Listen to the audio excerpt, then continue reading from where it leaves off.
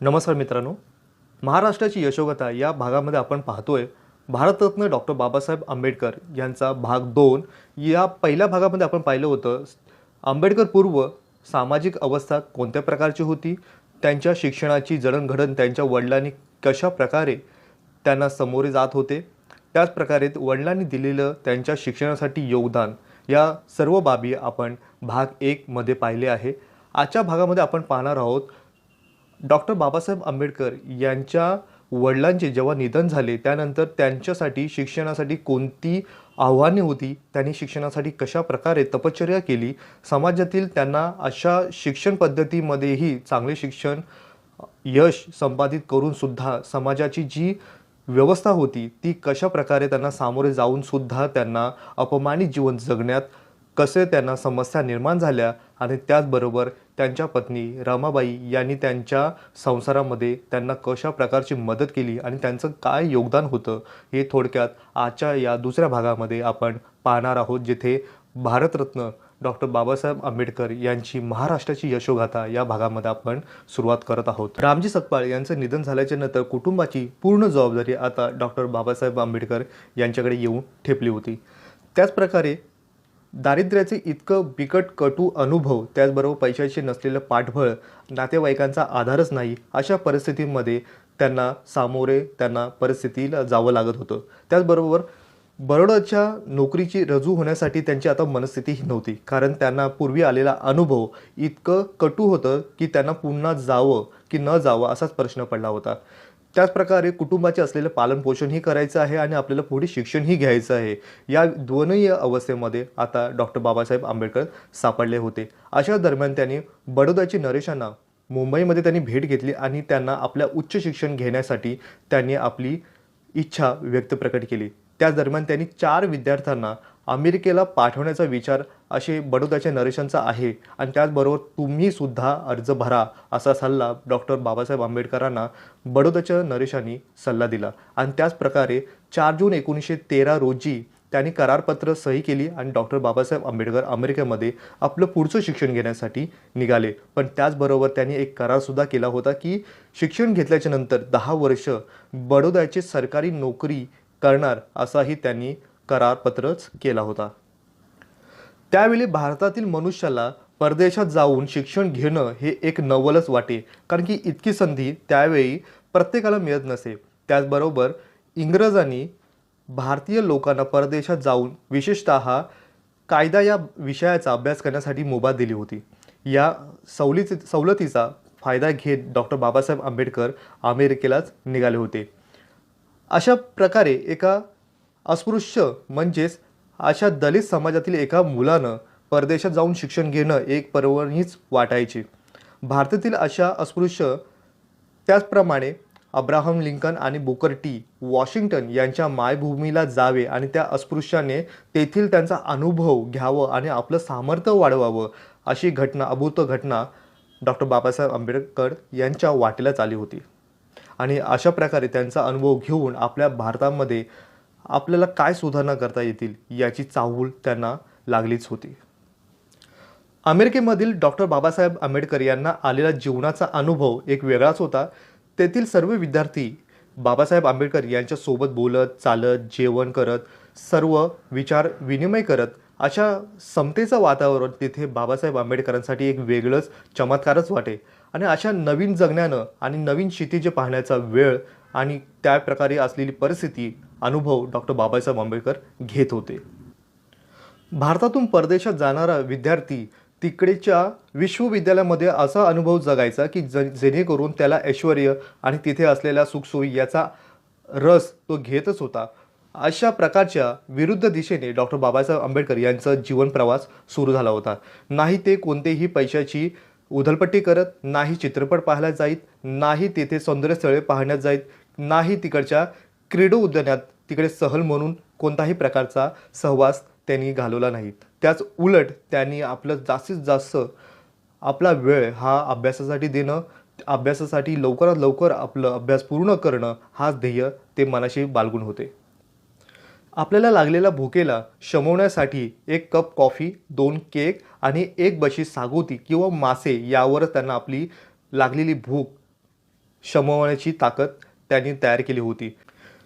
तेथील जेवणाचा खर्च $1 आणि 10 सेंट्स इतका येण्याचा खर्च असावा.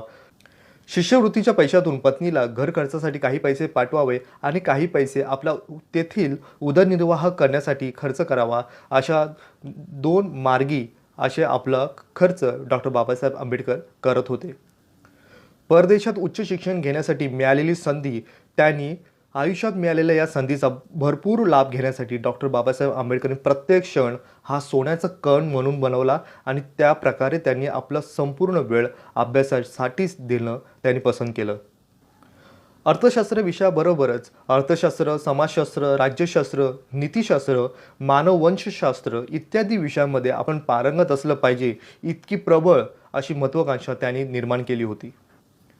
अमेरिकेमध्ये चाललेल्या या अभ्यास यज्ञाला त्यांनी कशाप्रकारे सामोरे गेलं आणि त्यांनी 18 तास अभ्यास करून आपला शिक्षण पूर्ण करण्याच्या मार्गावरच होते.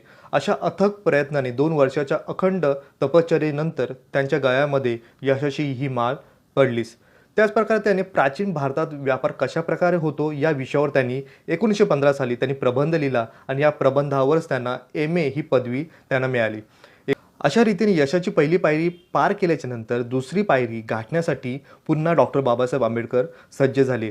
त्यांनी भारताच्या राष्ट्रीय नफ्याचा वाटा, एक ऐतिहासिक पृथक्करणात्मक परिशीलन या नामक प्रबंधाचा त्यांनी अभ्यास केला आणि विचारविनिमय उपरोक्त प्रबंधाच्या सोबतच त्यांनी चालवला होता. मोठ्या परिश्रमानंतर हा प्रबंध त्यांनी पूर्ण केला आणि 1916 मध्ये कोलंबिया विश्वविद्यालयामध्ये तो सादर करण्यात आला.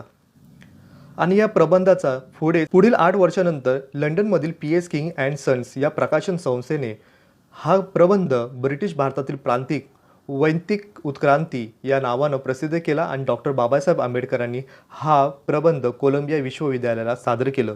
त्यानंतर विश्वविद्यालयाने त्यांना रीतसर डॉक्टर ऑफ फिलॉसॉफी ही उच्च दर्जाची पदवी दिली.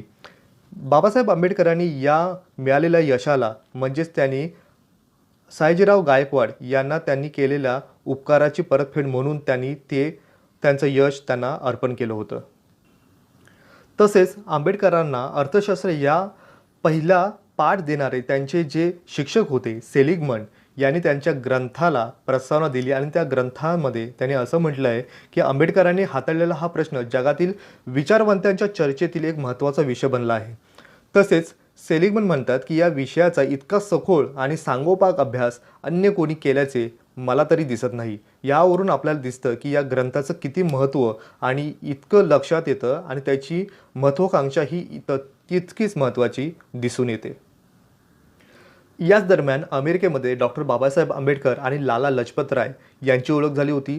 लाला लजपत राय यांना डॉक्टर बाबासाहेब आंबेडकर यांना राजकारणामध्ये ओढण्याचं त्यांचा मानस होता, परंतु डॉक्टर बाबासाहेब आंबेडकर यांनी केलेला करार हा लक्षात घेऊन या राजकारणामध्ये न येण्याचा त्यांनी जो विवेकी निर्णय त्यांनी दिला आणि त्याचप्रकारे बरोडरचे नरेशांना दिलेलं त्यांनी केलेलं सहकार्य याच्या परतफेड म्हणून त्यांनी त्यांच्या संस्थेमध्ये करण्याची नोकरी पत्करणं हा त्यांचा ध्येय त्यांनी समोर ठेवून राजकारणामध्ये न जाण्याचा पूर्ण केलेला प्रयत्न हा टाळला आणि त्यांचं कर्तव्य त्यांनी पूर्ण केलं. अमेरिकेमध्ये असताना डॉक्टर बाबासाहेब आंबेडकर यांच्या मनावर जो मोठ्या 2 घटनांचा विशेष परिणाम झालेला आपल्याला दिसतो. पहिली घटना अशी की अमेरिकन राज्यघटनेतील गुलामगिरी नष्ट करणारी 14वी दुरुस्ती त्यांनी पाहिली.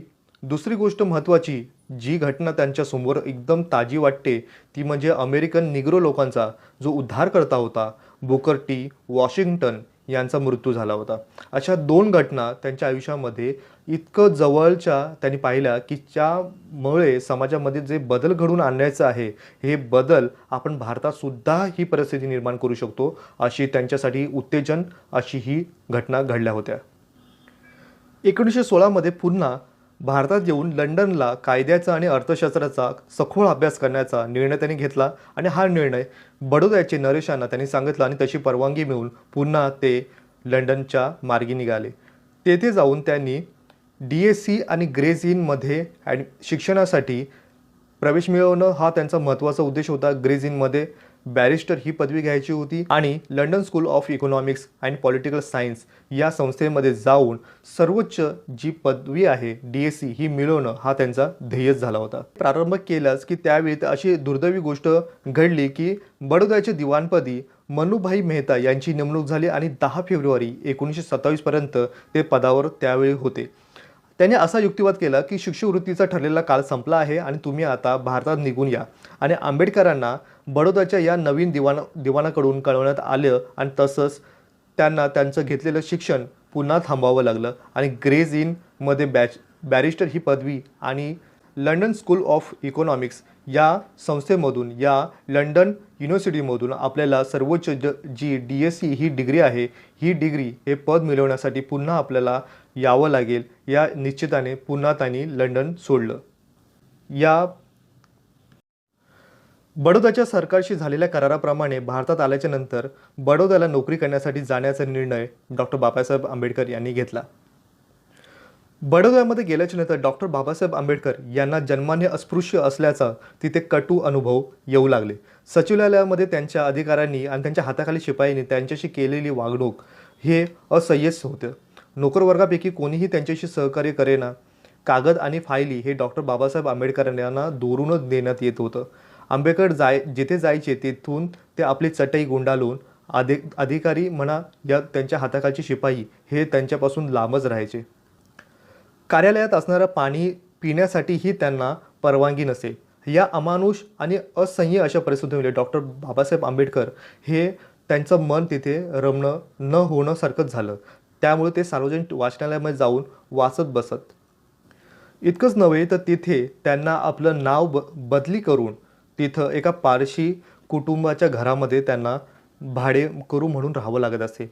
परंतु हा त्यांचा असलेला नाव बदलून राहणं हे जास्त वेळ टिकलं नाही आणि एका दिवशी पारशी लोकांचं झुंडच येऊन हातात काट्या घेऊन त्यांना मारण्यासाठी धावले. या समाजातील लोकांनी त्यांना त्यांच्या समाजाचे वसतिगृह हे बाटवले असलं आणि तुम्ही इथून क्षणात निघून जा असा त्यांना सल्ला दिला. त्यानंतर डॉक्टर बाबासाहेब आंबेडकर यांनी आपलं बस्तान हलवलं. परंतु शहरामध्ये कोणीही हिंदू व मुसलमान कोणीही त्या वस्तीमध्ये डॉक्टर बाबासाहेब आंबेडकरांना राहण्याची जागा न दिल्यामुळे त्यांची निराशाच झाली. शेवटी भुकेने आणि तहानलेल्या व्याकुळ झालेले डॉक्टर बाबासाहेब आंबेडकर एका झाडाखाली बसून ढसाढसा रडले. कारण की इतकं शिक्षण घेऊन सुद्धा उच्च पद मिळवून सुद्धा समाजाची असलेली मनस्थिती ही कधीही न बदलणारी आहे असं त्यांच्या हृदयाला ठामपणे पटू लागलं. बाबासाहेबांना असा अनुभव आल्याच्यानंतर ते पुन्हा मुंबईत परतले. त्यांचे गुरुवर्य केलुस्करांनी महाराजांना पत्र लिहून ही सर्व परिस्थिती सांगण्यात आली. परंतु त्याचा काही उपयोग झाला नाही. त्या दरम्यान सयाजीराव गायकवाड यांचे वडील बंधू आनंदराव गायकवाड यांचा मृत्यू झाला असल्या कारणानं महाराज डिसेंबरच्या अखेरीस म्हैसूरहून मुंबईस आले होते. अशी ही परिस्थिती त्यावेळी घडली होती.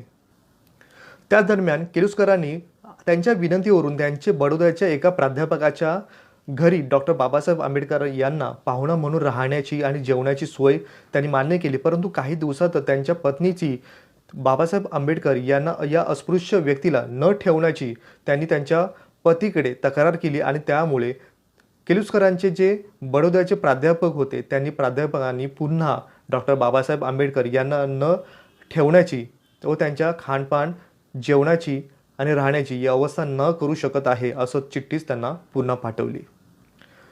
अशा परिस्थितीचा अनुभव घेतल्यानंतर डॉक्टर बाबासाहेब आंबेडकरांनी बडोद्यामध्ये नोकरी न करण्याचा हा निर्णय घेतला आणि या कायमचा त्यांनी मुंबईला परतण्याचा निर्णय घेतला होता. लंडनला पुन्हा जाऊन आपला कायदा आणि अर्थशास्त्र हा राहिलेला पदव्या पुन्हा मिळवणं यासाठी त्यांची धडपड सुरूच होती.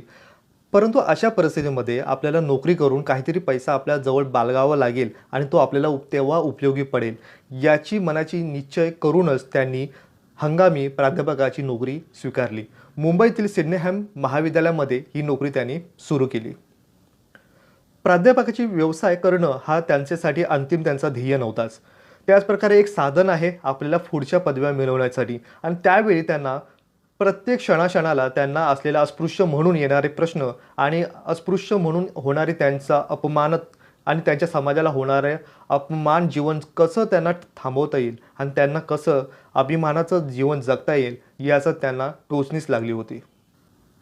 स्वराज्य हा जसा ब्राह्मणांचा जन्मसिद्ध हक्क आहे तसाच तो महार जातीचा सुद्धा आहे आणि ते सर्वांनी मान्यच केलं पाहिजे. अशा विचाराने या वर्गाला दलितांना शिक्षण देऊन त्यांच्या मनाची आणि सामाजिक दर्जाची उंच वाढवणे हे सर्वांचे व समाजाचे आद्य कर्तव्यच आहे. हे जोपर्यंत होणार नाही तोपर्यंत भारताच्या इतिहासामध्ये स्वराज्याचा दिन कधीच उगवणार नाही हे त्यांचं मन ठामपणे झालं होतं. अशाच प्रकारे शाहू महाराजांनी डॉक्टर बाबासाहेब आंबेडकरांना आर्थिक सहाय्य देऊन एक पाक्षिक काढण्यास लावले. मूकनायक नावाचे पाक्षिक 31 जानेवारी 1920 या दिवशी त्यांनी सुरू केले.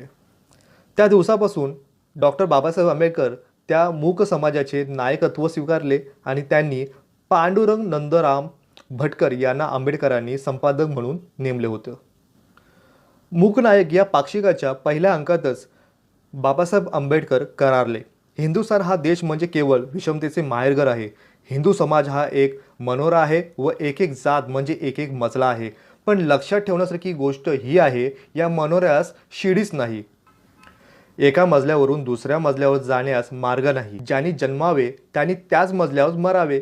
खालच्या मजल्यातील इसम मग तो कितीही नालायक असो त्याला वरच्या मजल्यात प्रवेश नाही व वरच्या मजल्यातील माणूस मग तो कितीही नालायक असो त्याला खालच्या मजल्यावर लोटून देण्याची कोणाचीही हिंमत नसे. असे ठामपणे बाबासाहेब आंबेडकर यांनी मूकनायक या पहिल्या अंकात आपले करारी असे उत्तर दिले. बाबासाहेब आंबेडकर यांनी प्राध्यापक म्हणून नोकरी जेव्हा स्वीकारली तेव्हा चांगलं त्यांना मासिक वेतनही मिळत असे. परंतु ते कामगार विभागातले इम्प्रूव्हमेंट ट्रस्ट चाळीमध्येच 2 खोळ्यामध्येच राहत होते. बाबासाहेब आंबेडकर जेव्हा परदेशी शिक्षणासाठी जात असत तेव्हा कुटुंबाची पूर्ण जबाबदारी त्यांच्या पत्नी रमाबाई आंबेडकर यांच्यावर येत होती. अशा वेळी त्यांनी कधीही कुरकुर केली नाही. कधीही त्यांना तोंडावाटे कोणतेही कठोर शब्द बाबासाहेबांसाठी काढले नाहीत. परंतु या उलट पतीच्या दीर्घ आयुष्यासाठी त्यांनी आणि उत्कर्षासाठी रमाबाई यांनी पुन्हा ईश्वरासाठी ही करुणा करत असत. त्यांचे उपास त्यासाठी करत असत. बाबासाहेब आंबेडकर अमेरिकेत जेव्हा गेले होते तेव्हा ते गरोदर होत्या. तेव्हा त्यांना मुलगा झाला होता. त्याचे नाव गंगाधर ठेवले होते. परंतु तो लहानपणीच वारला. त्यांचा एकुलता एक मुलगा यशवंत यांच्या प्रकृतीविषयी त्यांना खूप चिंता वाटत असे, कारण की तो खूप आजारी पडत असे. तरीसुद्धा अतिशय काटकसरीने संसाराचं गाडं चालवणं हे त्यांच्या नशिबीच होतं. अशी एकही वेळ नव्हती की त्यांनी त्यांच्याबद्दल तक्रार केली असावी. बाबासाहेबांमुळेच रमाबाईंना शिक्षणाची ओळख झाली होती, अक्षर ओळख झाली होती. खरोखरच थोर हिंदू पुरुषांच्या जीवनामध्ये एक पत्नी म्हणून येणं त्यांचं हे भाग्यच उजळलंच होतं. बाबासाहेबांबरोबर लग्न करून त्यांची पत्नी म्हणून राहणं हे त्यांच्यासाठी खूप कौतुकास्पद ते मानत असे. प्राध्यापक म्हणून रुजू झाल्याच्या नंतर त्यांना मिळालेलं वेतन त्यातला काही भाग त्यांनी आपल्या शिक्षणासाठी जपून ठेवलं होतं आणि त्याच प्रकारे कोल्हापूरच्या महाराजाकडून त्यांनी आर्थिक मदत मिळवणं ही पसंत केलं होतं. प्राध्यापकाची हंगामी नोकरी स्वीकारून काही बचत आपल्याला पैशाची लागणार आहे त्यासाठी त्यांनी बचतीसाठी पूर्णपणे प्रयत्न केले. त्याच प्रकारे त्याने इतकं थोडे पैसे आपल्याला आणखी लागतील म्हणून अर्थसहाय्य घेण्यासाठी कोल्हापूरच्या महाराजांकडे ही विनंती केली होती. अशा प्रकारचं त्यांनी प्राध्यापक म्हणून राजीनामा दिला आणि पुन्हा लंडनला जाण्यासाठी ग्रेस इन आणि लंडन स्कूल ऑफ इकॉनॉमिक्स येथे DSc ही पदवी घेणं हे त्यांच्यासाठी मोठं काम बनलं होतं. बाबासाहेबांच्या या निर्णयामुळे पुन्हा माता रमाबाई आंबेडकर यांच्यावर पुन्हा कुटुंबाची आणि दारिद्र्याची सामोरं जाणं हे प्रसंग पुन्हा येऊन ठेपलं होतं. त्याच प्रकारे लहान असलेल्या यशवंताचा भावजय आणि त्यांचा मुलगा मुकुंद यांची ही जबाबदारी त्यांच्यावर येऊन ठेपली होती. याच दरम्यान बडोद्याच्या सरकारच्या अधिकाऱ्यांनी आंबेडकरांना दिलेल्या शिक्षणासाठी केलेला जो खर्च होता हा खर्च परत मिळवावा म्हणून डॉक्टर बाबासाहेब आंबेडकर यांच्या पाठपुरावाच करत होते आणि तो कर्ज पुन्हा मिळावं याचा त्यांचा पाठपुरावा दिसत असे. बडोद्याच्या महाराजांना या प्रकारे कशा प्रकारे त्यांचे दिवाण हे बाबासाहेब आंबेडकरांना त्रास देत होते ही पूर्ण घटना ही त्यांना अज्ञानात ठेवली होती. शेवटी हे महाराजांना कळलं आणि त्यानंतर त्यांनी या प्रकारावर असा शेरा मारला की ही रक्कम डॉक्टर बाबासाहेब आंबेडकर यांना शिक्षणासाठी खर्च केली होती त्यामुळे हा वसुलीचा प्रश्नच उद्भवत नाही. तरीसुद्धा बडोद्याच्या सचिवालयातील अरेरावी आंबेडकरांना छळ थांबवलाच नाही. त्यांनी त्यांचे म्हणणे असे होते की ही शिष्यवृत्ती नव्हती, ते एक कर्ज होतं आणि ते बाबासाहेब आंबेडकरांना कर्ज फेडणं भाग्य आहे.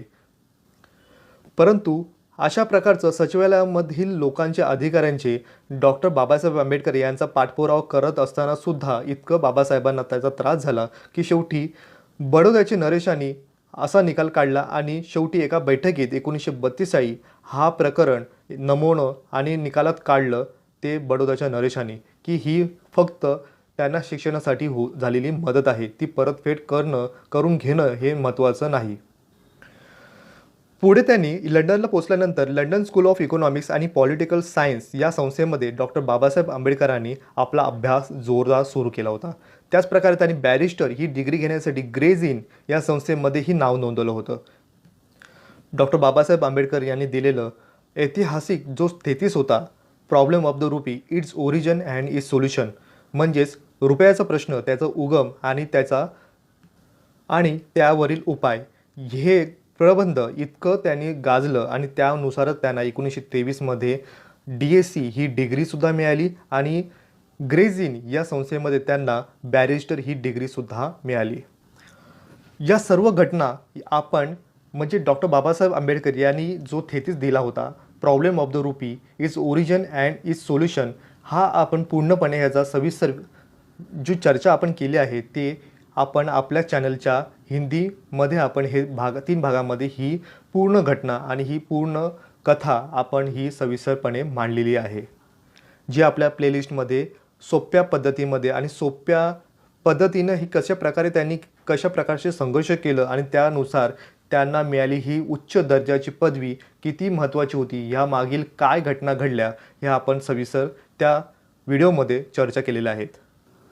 डॉक्टर बाबासाहेब आंबेडकर यांची जी दिनचर्या होती ती खरोखरच अगदी एका साधू संतांच्या तपश्चर्यासारखीच होती. जीवनासाठी असलेली डॉक्टर बाबासाहेब आंबेडकर यांची तपश्चर्या खूपच कठोर आणि दिव्यमान होती. अशा प्रकारे आपण समजू की जेव्हा वाचक म्हणून ते अभ्यासिकेमध्ये जायचे तर सर्वात आधी बहुतेक वेळा ते सर्वांच्या आधीच तिथे पोहोचलेले असायचे.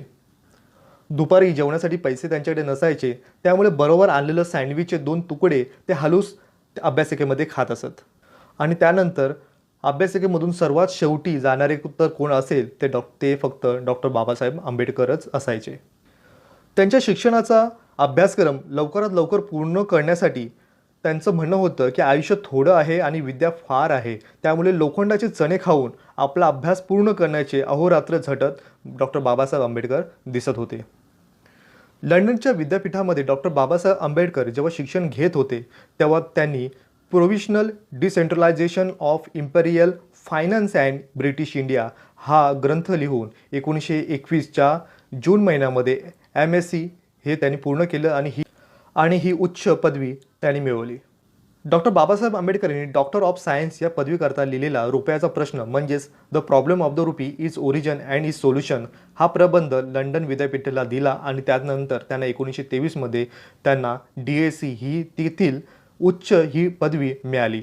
त्याच दरम्यान त्यांना बॅरिस्टर ही सुद्धा परीक्षेत उत्तीर्ण झाले आणि त्यांना ग्रेज इन या संस्थेतून त्यांना बॅरिस्टर ही पदवीसुद्धा मिळाली. अशा प्रकारे एका बुद्धिमान आणि सामर्थ्यशाली पुरुषाला या 3 विश्वविद्यालयातून मिळालेली उच्च पदव्या म्हणजे हे ज्ञान संपादनासाठी तपश्चर्या केलेलं त्यांचं फळ त्यांना मिळालं. त्याचप्रकारे अर्थशास्त्र, समाजशास्त्र, मानववंशशास्त्र, धर्मशास्त्र, निर्बंधशास्त्र, इतिहास अशा सर्व शास्त्रातून त्यांनी आपली इतकं ज्ञानाचा उजेड त्यांनी पाडला आणि एक भारतातील इतकं सामर्थ्यशाली व्यक्ती म्हणून डॉक्टर बाबासाहेब आंबेडकर हे उदयास आलेले दिसून येते.